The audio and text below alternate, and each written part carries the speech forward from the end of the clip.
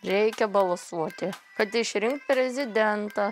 Jisai ten vadovauja žmonėms ir nori būti juo.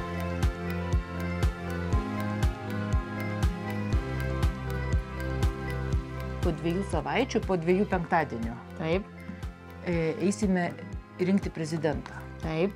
Ir tu atsimeni, kaip reikia rinkti prezidentą? Pasiimti šitą lapelį, užpildyti, mesti. Visi žmonės turi teisę balsuoti ir turi teisę išsirinkti.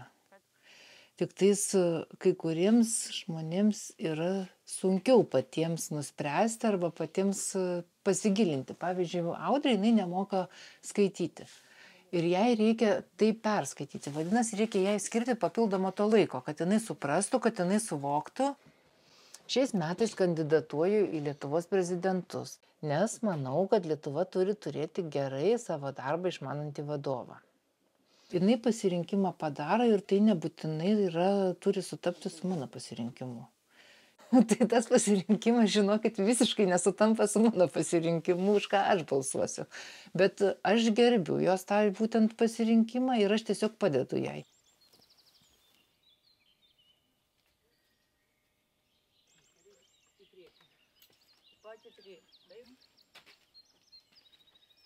Rinkimų dieną jaučiasi labai pakylėta. Jau žiauriai išdidi, žiauriai patenkinta.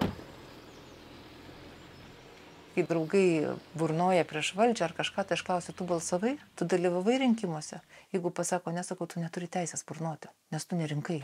Ir manau, kad tai yra labai svarbi mūsų visų pareiga dalyvauti rinkimuose. Dažnai mūsų rinkimai parodo, kad net ir vienas balsas yra labai svarbus. Ir dukra, jinai tą supranta.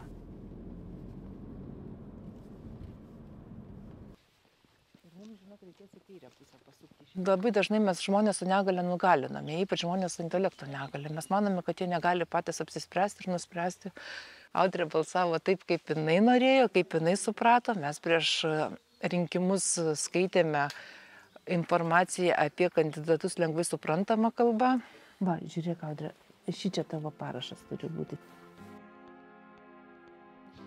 Mes patys iš rinkimų išeinam pakylėti, kažkokį tai sprendimą priėmė ir galvodami, kad mes kažkuo tai įtakojam ar nulėmėm savo šalies gyvenimą.